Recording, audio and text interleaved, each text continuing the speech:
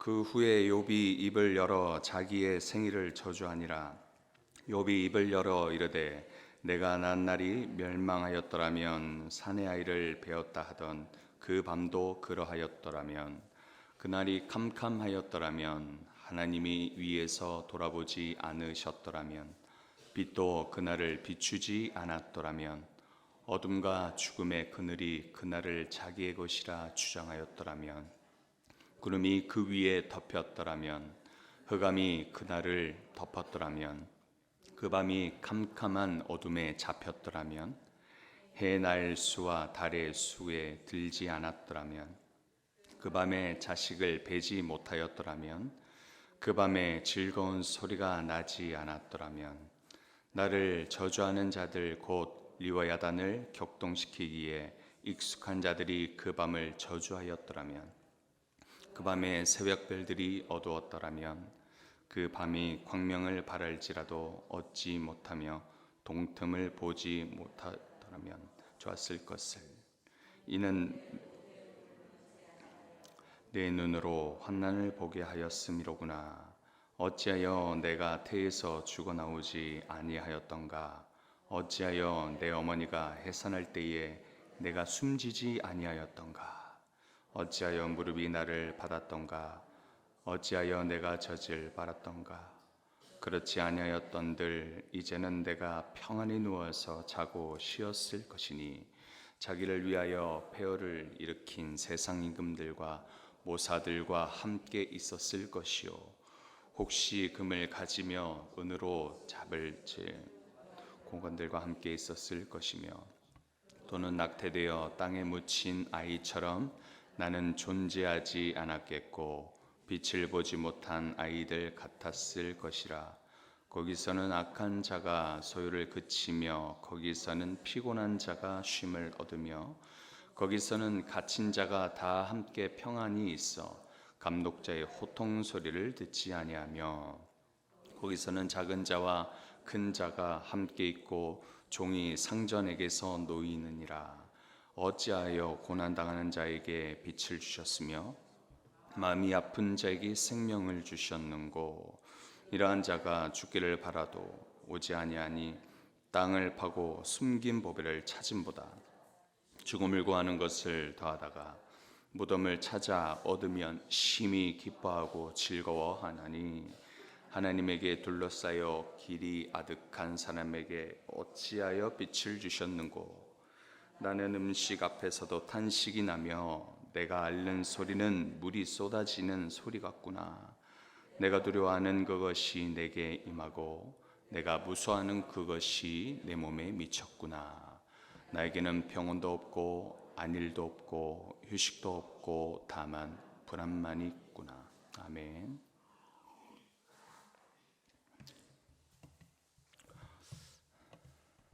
오늘 욥기 3장 말씀을 통해 주시는 은혜와 이 새벽의 기도의 응답이 여러분 가운데 있길 소망합니다. 말씀을 보니 여러분 어떤 단어가 생각나십니까?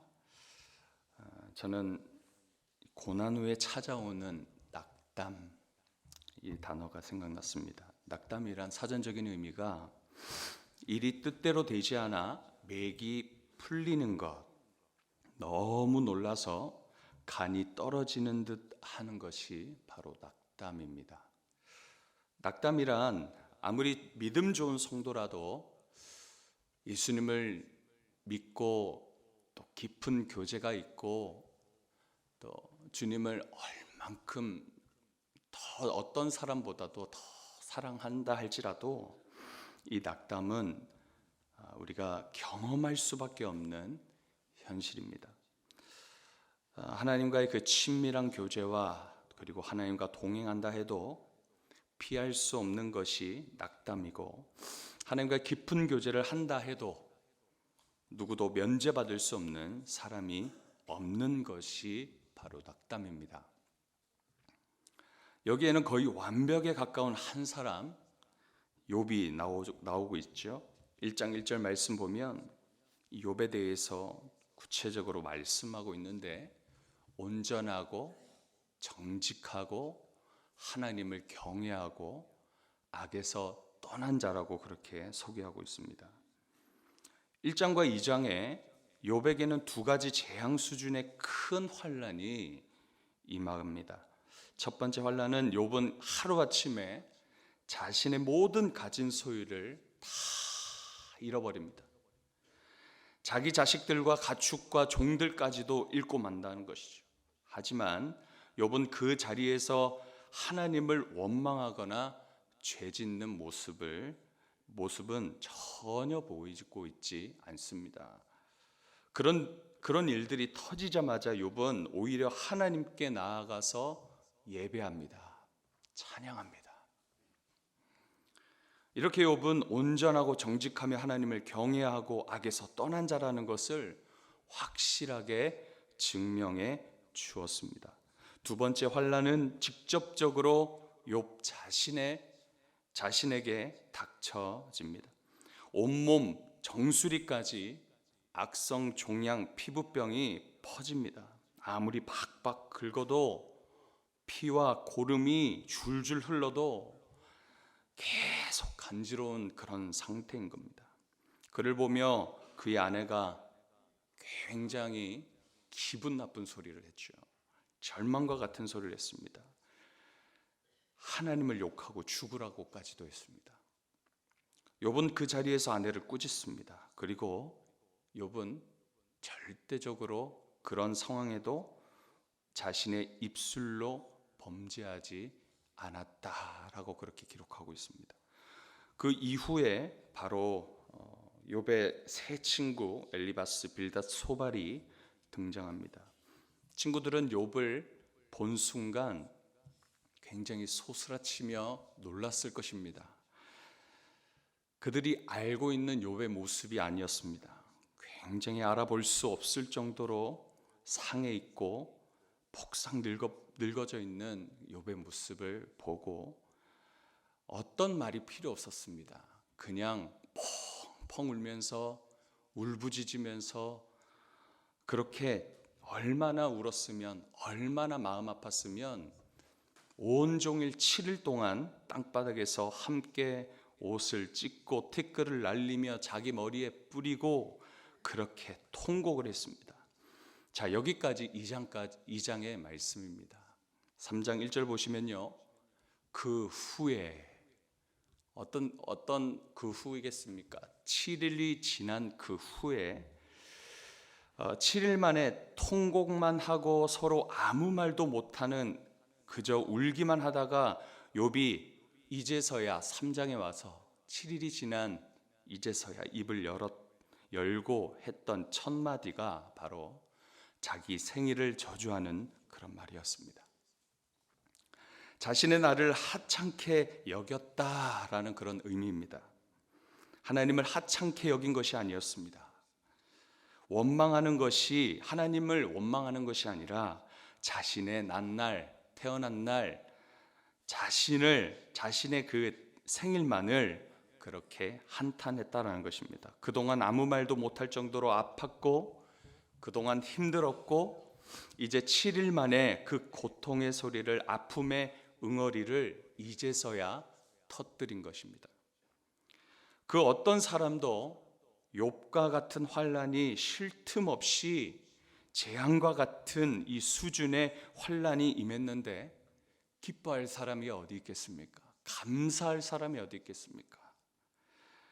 하나님을 원망하는 것이 우리의 실제 모습이 아니겠습니까? 저도 제게 큰 환난이 왔을 때가 있었습니다. 저의 젊을 때 두 부모님을 하나님 왜 취하셨습니까? 그렇게 저는 하나님을 얼마나 원망했는지 모릅니다. 그렇지만 욥은 하나님을 원망하지 않으려고 몸부림을 치는 듯합니다. 말씀 계속 보시면 그게 느껴져요. 그래서 더욱더 울부짖음 가운데 더욱이 자신의 날을 하찮게 여기면서 말하고 있는 것이 오늘 이 3장의 말씀입니다. 하나님을 경외하는 사람이 이렇게까지 하나님께 범죄하지 않으려고 이를 꽉 물고 그 마음을 지켜가려는 이 욥의 믿음에 저는 경이로움까지 느껴질 정도입니다. 3절에서 10절까지 자신의 태어난 날들을 저주하고 있는 고백입니다. 태어난 날이 없어지길, 태어난 날이 어두웠었다면, 아예 이 날이 없었더라면, 이 자체가 없었더라면 하면서 그렇게 저주하죠. 여러 가지 말들로 자신의 태어난 날에 대해서 죽음의 뜻을, 죽음이라는 뜻의 그 단어들을 막 쏟아내고 있어요. 캄캄함, 어둠, 죽음의 그늘, 흑암, 그 밤에 새벽 별들이 어두웠더라면. 말할 수 없는 낙담 가운데 빠져있는 욥의 이런 고백들만 보는 우리 마음도 참 숨이 턱턱 막힐 정도입니다. 11절에서 19절까지 해도 여전히 욥의 울부짖음 속에 아픈 고백들은 그치지 않고 있습니다. 11절과 12절에 보십시오. 각 절에 두 번씩 반복되어지고 있는 단어가 있어요. 어떤 거예요? 어찌하여, 어찌하여, 어찌하여, 어찌하여, 그렇게 말하고 있습니다. 여러분 같으면 이런 낙담이, 이런 큰 환난이 여러분 가운데 임했을 때 어떻게 하나님 앞에 기도하겠습니까? 저 같으면 어찌하여 하나님 내게 이런 고난을 주셨습니까? 어찌하여 내게 이런 일이 터집니까? 어찌하여 하나님 나에게 이런 어려움을 주시는 것입니까? 라고 했었을 것 같습니다. 그러나 잘 보십시오. 어찌하여 내가, 어찌하여 내 어머니가, 어찌하여 내가, 계속 나 자신에 대해서, 욥 자신에 대해서 말하고 있는 것이에요. 하나님을 원망하지 않고 있어요.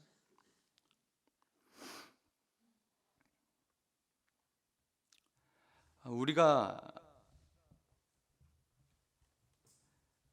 왜 하필 저냐고, 어찌하여 나에게 이러냐고 하면서 우리는 하나님을 원망하는 말로 어찌하여라는 말을 우리는 잘 사용하는 말입니다. 그러나 욥은 하나님을 향해서 절대 원망을 쏟아내고 있지 않아요. 어찌하여라는 말의 그 대상이 하나님이 아니라 욥 자신이다라는 것입니다. 우리 11절 12절을 함께 읽어보겠습니다. 시작. 내가 태에서 죽어나오지 아니하였던가?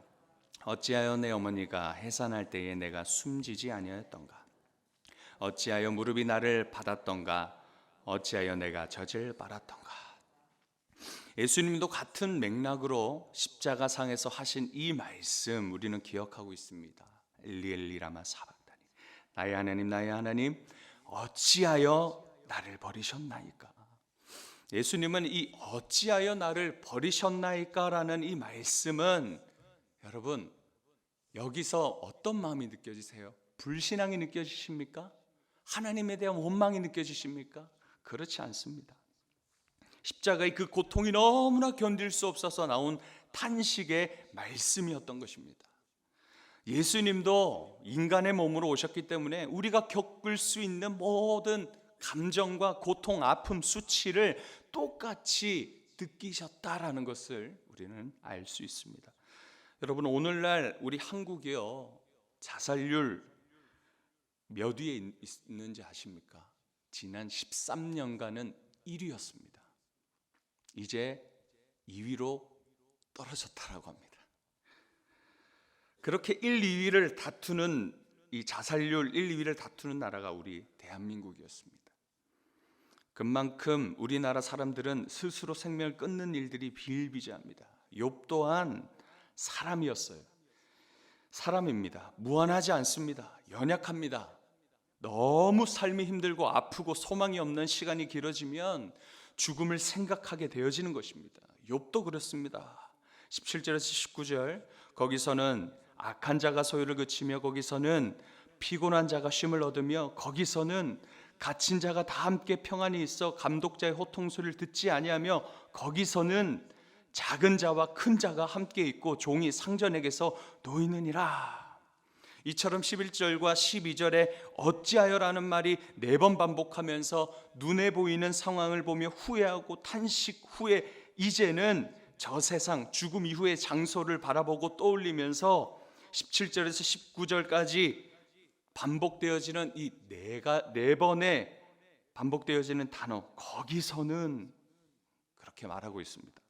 죽음과 생명이 왔다 갔다 하고 있는 그런 상태에 그렇게 고백하고 있는 것입니다. 20절에서 25절의 이 욥의 모습을 보십시오. 죽음에 대해서 계속 묵상하고 있습니다. 24절에는 이 욥의 몸의 상태를 이야기하죠. 밥맛도 없어요. 당연하죠. 음식이 입에 들어갈 리가 있겠습니까? 그러니까 당연히 마음도 힘드니 밥도 안 들어가지 않고 그 아픈 것이 낫지도 않고 쉬는 뿐인 것이에요.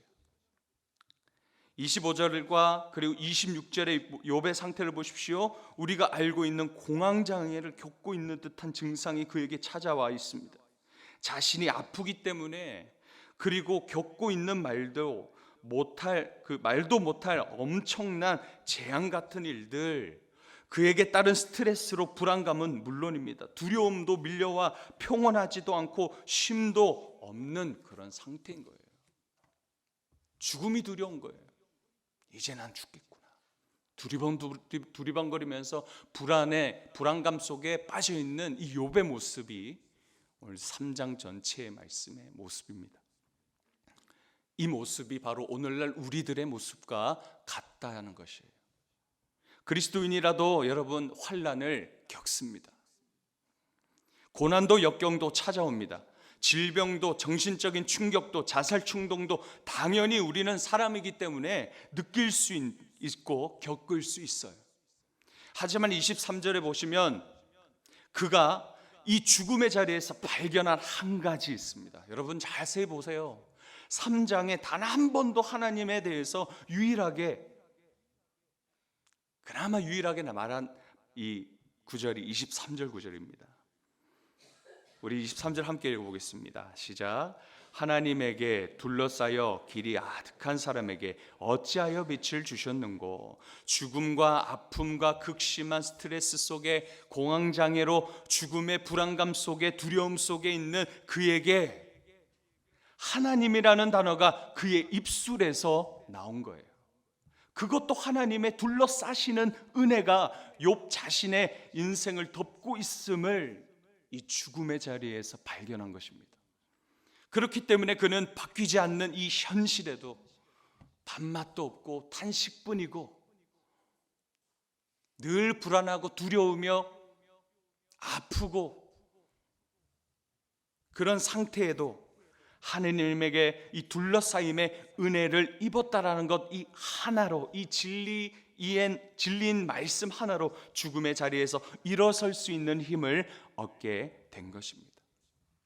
이제 말씀을 마무리하겠습니다. 우리에게 환난은 피할 수 없는 하나님의 주권입니다.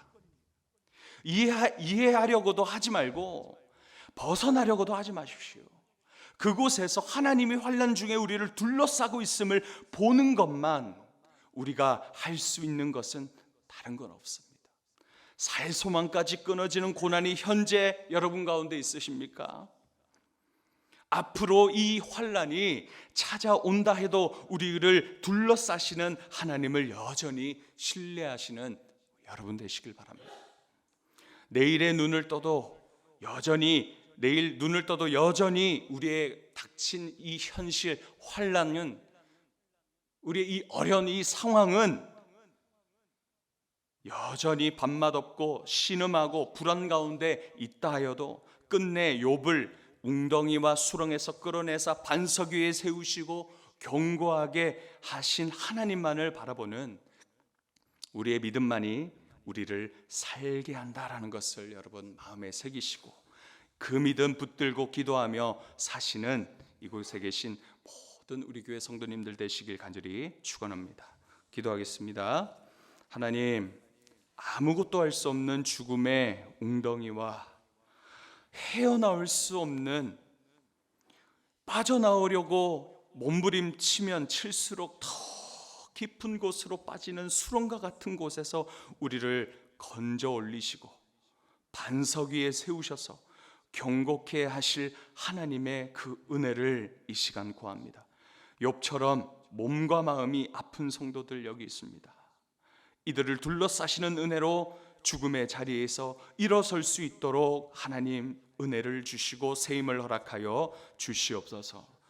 오늘 새벽에 기도할 때 만나 주시고 하나님 우리의 모든 환난을 벗어나려고 노력하는 것이 아니라 늘 우리 옆에 둘러싸시는 그 은혜를 바라보며 오늘도 이 죽음의 자리에서 현실의 아픔과 고통의 자리에서 이 욥과 같은 이 수렁과 웅덩이와 같은 곳에서 건지시는 하나님의 은혜를 바라보며 기도하며 믿음 가운데 살아가는 우리가 되게 하여 주시옵소서.